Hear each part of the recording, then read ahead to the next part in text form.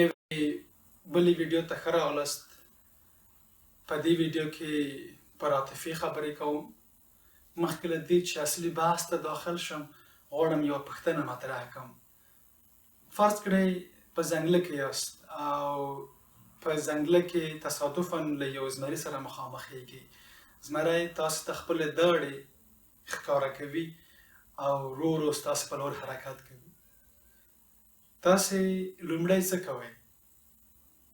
ډارېږئ او تښتئ او که لومړی تښتئ بیا ډارېږئ؟ د دې پوښتنې ځواب ته به وروسته راشم، خو لومړی غواړم وپوښتم چې عاطفه څه ده؟ که ستاسې په یاد وي په تېر درس کې موږ د شعر پر څلورو عناصرو خبرې وکړې.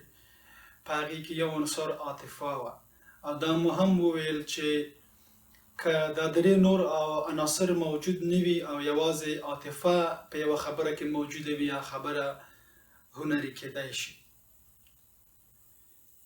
اوس پوښتنه دا ده چې عاطفه ده څه؟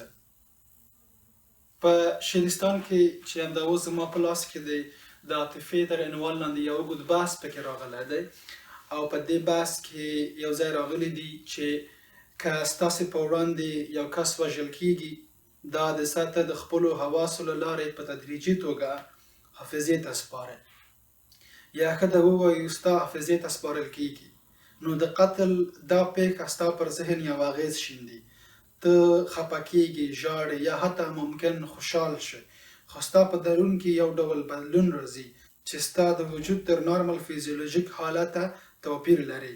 په وجود کې دغه نوی رامنځته شوی بدلون او اغېز عاطفه ده چې د قتل په وړاندې ستا د عصبي سیستم له عکس العمله رازېږي. اوس دغه عاطفي یا څنګه درته وایم دغه فیزیولوژیک بدلون دی څه؟ تاسې ممکن داسې حالتونو سره مخامخ شوي یاست چې یو ناڅاپه مو زړه ولویږي یا په کولمو کې مو یخې اوبه تېرې شي، کوم نیم وخت چې ناهیلی شي یا یو بد خبر واورئ. بلکل دې فیزیولوژیک بدلون کې یو بحث دا دی چې زموږ د هاضمې له سیستم څخه چې معده او کولمې او نور پکې راځي له دې څخه وینه یو ناڅاپه کمیږي او هغه په عوض کې مغزو ته پمپ کېږي. تاسې به هم له دې حالت سره مخامخ شوي یاست. دا خبره مو اورېدلې ده چې که څوک خفه شي یا وشرمېږي یا غوسه شي نو د مخ پوستکی سور راوړي. وجه هم دا ده چې زموږ سر خواته وینه ډېره پمپ کېږي. بل بدلون فیزیولوژیک بدلون دا دی چې له ځیګر څخه ګلوکوز ترشح کېږي. تاسې پوهېږئ زه ډېر په دې برخه کې خبرې نه کوم، خو همه دومره وایم چې خواږه یا ګلوکوز عاجله انرژي ده، نو زموږ بدن آماده کېږي، ضرورت پیدا کوي ډېرې انرژۍ ته. په همدې خاطر هم تاسې به اورېدلي چې که څوک شکر ناروغي ولري نو هغه دی باید ډېر خفه یا هیجاني یا ناهیلی نه شي، ځکه چې ځیګر یې نو ګلوکوز ترشح کوي او هغه دغه د شکر ناروغي لا پسې ډېرېږي. بل بحث په همدې فیزیولوژیک بدلون کې دا دی چې زموږ د زړه ضربان ډېرېږي او د سږو انقباض او انبساط مو ډېرېږي، زر زر نفس کاږو او زړه مو زیات دربېږي.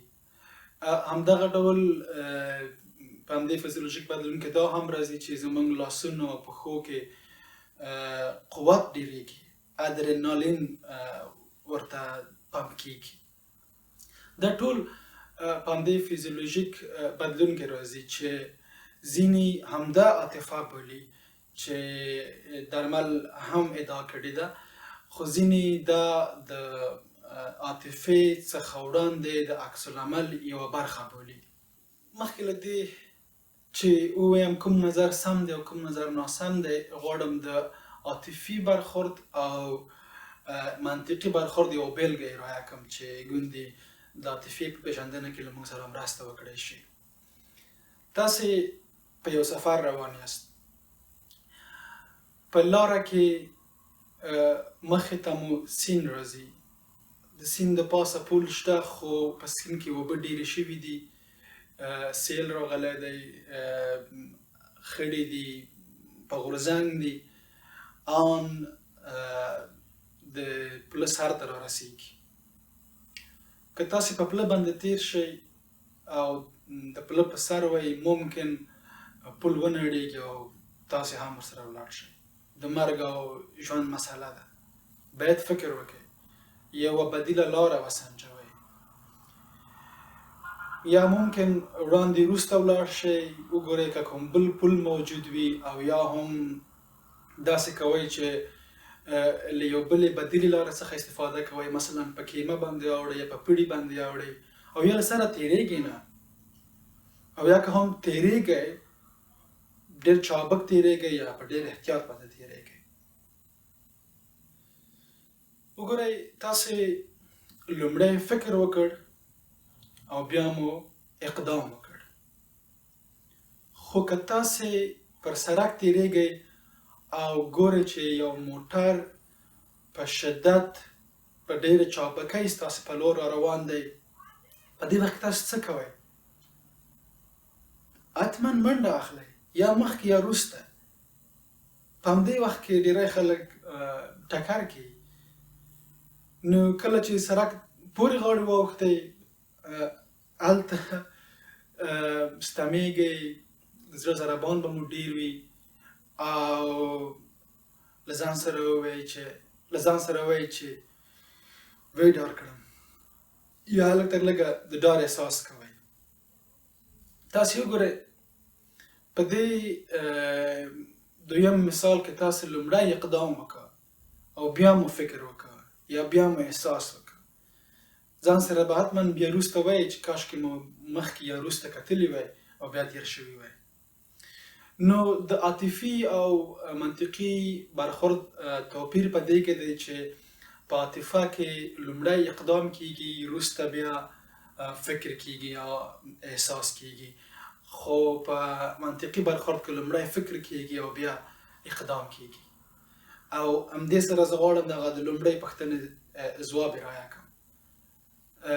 ډېری ارواپوهان په دې باور دي چې تاسې لومړی تښتئ او بیا ډارېږئ. له دې ډېر په دې بحث کې نه تم کېږم، دا بحث به ارواپوهانو ته پرېږدم. غواړم اصلي پوښتنه مطرح کړم، او هغه دا چې یو لیکوال، فلم جوړونکی، دا سریال جوړونکی څنګه کړی شي خپل مخاطبین د خپلې پروژې په اوږدو کې ځای خوشحاله کړي، یا یې خفه کړي، یا یې په ژړا کړي، او یا یې په هیجان باندې راولي. زما هم د لیکوال په حیث دا خوښېږي چې خپل لوستونکي کله کله وژړوم. تاسې به له دې حالت سره هم مخامخ شوي یاست که نه، چې زه کله په تلویزیون د دوو ټیمونو لوبې ګورم، او دا داسې ټیمونه وي چې یو یې هم زه نه پېژنم، زه د هغه ټیم طرفداره کېږم کوم چې ماته کمزوری ښکاره کېږي. ولې؟ دا عاطفي برخورد دی، که نه منطق خو وایي چې هغه ټیم د ستایلو وړ دی چې هغه ښه لوبه کوي، لایقه دی. مونږ ذاتا یا فطرتا د مظلوم طرفدار یو، او دا د انساني عواطفو له یو اوږد شمېر څخه یو دی. په دې لیست کې مظلومیت راځي، مینه راځي، ناتوانی راځي، انسان دوستی، وطن دوستی، افتخار، بېباکي، ډار، او دا لیست پسې اوږد دی. اوس تاسې څنګه کړی شئ چې دغه عواطف په خپل مخاطب کې راوپاروئ. که تاسې تیر درس په یاد وي یا مو کتلی وي د ناتوانۍ د احساس په پارولو کې د هغې هنرمندې کار څه و. ړوند بوډا په خپل څنګ کې ایښې لوحې باندې لیکلي وو چې ړوند یم راسره مرسته وکړئ. په ډېرو کمو کې یا ښه ده چې ووایم په یوه کې هم په دې ډول د ناتوانۍ عاطفه راونه پارول شو. خو هغه هنرمنده چې راغله او ویې لیکل چې ورځ ښکلې ده خو زه یې لیدی نه شم، په هر چا کې د ناتوانۍ احساس راوپارول شو. ولې؟ په دې دواړو خبرو کې یوازې یو توپیر دی او دغه توپیر کافي دی چې یوه خبره له عادي څخه عاطفي کړي. بوډا ویلي و چې ناتوانه یم، خو هنرمندې وښودله چې دی ناتوانه دی. هو،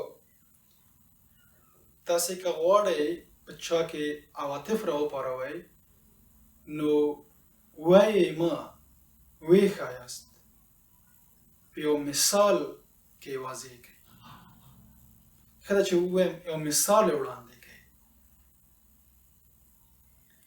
مثلا تاسې مه وایاست چې انسان دوسته یم، د درویش دراني په څېر یې وښایاست، دښمنان چې مې ومړه ورپسې ژاړم. مثلا تاسې مه وایاست چې له یوازیتوب څخه رنځ وړم، درویش په څېر یې وښایاست، بېلتانه یم داسې حال ته رسولی یار د بل درومي او زه ورپسې ژاړم. یا مه وایاست چې عاجزه یم، فرمانبرداره یم، لاس مې بند دی. ووایاست چې ما د یار دغه غوښتنه هم په ځای کړه، نه یې نوم اخلم او نه ورپسې ژاړم. ستاسې کار دا دی چې وایې مه بلکې ښایې. زما یو همکار دی، له هغه سره مې چت کاوه، یو کار مې ورته بند و، ورته ومې ویل چې تا ته مې یو کار بند دی، او د خبرو په ترڅ کې مې دا خبره هم ورته وکړه چې زه نو له تا پرته څوک لرم. همدا مې چې دا ولیکله او ومې لیږله، په دې پوه شوم چې دا خبره خو لږ عاطفي ده. که ګورم د همکار ځواب مې هم عاطفي و، د هغه برخورد هم عاطفي و. په هغه کې دغه عاطفه چې ما په ناڅاپي ډول ښودلې وه راپارول شوې وه پکې. هغه راته ولیکل چې نو دا زه د څه دپاره یم. وګورئ، زما په خبره کې د بېکسۍ عاطفه موجوده وه. ما نه ویلي چې زه بېکسه یم. زموږ په خپلو کې یوه سپین سارې ده او هغه ډېره قدرمنه او ډېره معززه ښځه ده. دی څویم زوی دی چې شهید کېږي او دا د غم په ټغر کښېني. پلار مې راغلی و او ورته یې کړل چې زما زوی خو د چا یوه پیاله هم نه وه چپه کړې. تاسې وګورئ دغه جمله څومره عاطفي ده. په دغه جمله کې دی د خپل د زوی مظلومیت ښودلی دی، خپل مظلومیت یې ښودلی دی.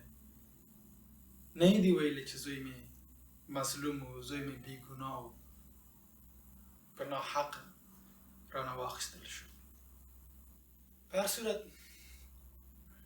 زه د خوشحال بابا یو دوه بیته ووایم او دا ستاسې کار دی چې وګورئ په دې دوو بیتونو کې کوم ډول عاطفه موجوده ده. چې زیر زیر یې ښکلي مخ ته کتی نه شم، چې زیر زیر یې ښکلي مخ ته کتی نه شم، دواړه سترګې مزرۍ دي زه یې ډار کړم. ما خوشحال په ځان په خپله چارې وکړې، ما خوشحال په ځان په خپله چارې وکړې، چې په ملک کې یو نادرس وي زه یې یار کړم.